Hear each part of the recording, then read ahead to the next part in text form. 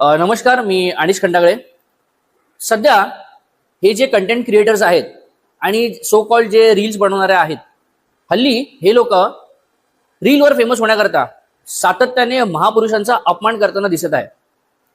मी तुम्हाला एक व्हिडिओ दाखवतो. तो व्हिडिओ पाहून तुमची तळपायाची आग मस्तकात गेल्याशिवाय राहणार नाही. त्या व्हिडिओमध्ये एका व्यक्तीने डॉक्टर बाबासाहेब आंबेडकरांच्या जो स्टॅच्यू आहे त्याला चक्क त्याचा अंपायर म्हणून वापर केलेला आहे. मी व्हिडिओ दाखवतो, अगोदर तुम्ही तो व्हिडिओ पहा. Big shot and given. No. Big shot and given. No hesitation. आता ह्या ज्या व्हिडिओमध्ये या माणसाचं नाव जॅक जॅकिंग आहे.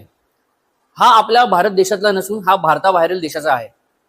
आता तुम्हाला मी सांगू इच्छितो, हा भारतामध्ये जेव्हा जेव्हा IPLच्या मॅचेस असतात त्या मॅचेसमध्ये हा कंटेंट्स बनवण्यासाठी हा भारतामध्ये येत असतो. म्हणजे तुमच्या चेन्नईमध्ये मॅच असेल, चेन्नईमध्ये येतो, हैदराबादला असेल, मुंबईमध्ये असेल, म्हणजे संपूर्ण भारत देशामध्ये ज्या ज्या ठिकाणी मॅचेस होतात त्या मॅचेसचा हा तिकडे कंटेंट्स आणि ब्लॉग बनवण्याकरता येत असतो.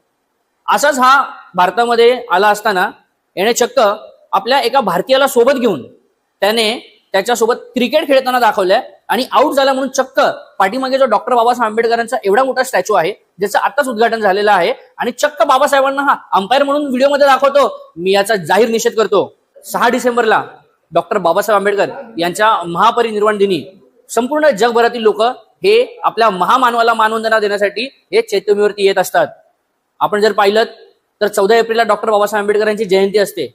ही जयंती संपूर्ण जगभरामध्ये मोठ्या जल्लोषामध्ये साजरी केली जाते. आज बाहेरच्या देशातली लोक म्हणतात, बाहेरच्या देशातले सत्ताधारी सुद्धा म्हणतात की डॉक्टर बाबासाहेब आंबेडकरांसारखा माणूस जर आमच्या देशामध्ये जन्मला असता तर आम्ही त्याला सूर्यासारखा पूजला असता.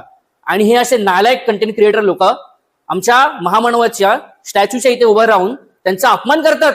मी त्यांचा जाहीर निषेध करतो.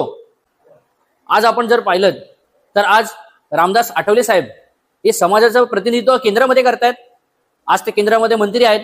रामदास आठवले साहेब, आपण या विषयावरती का नाही बोलत?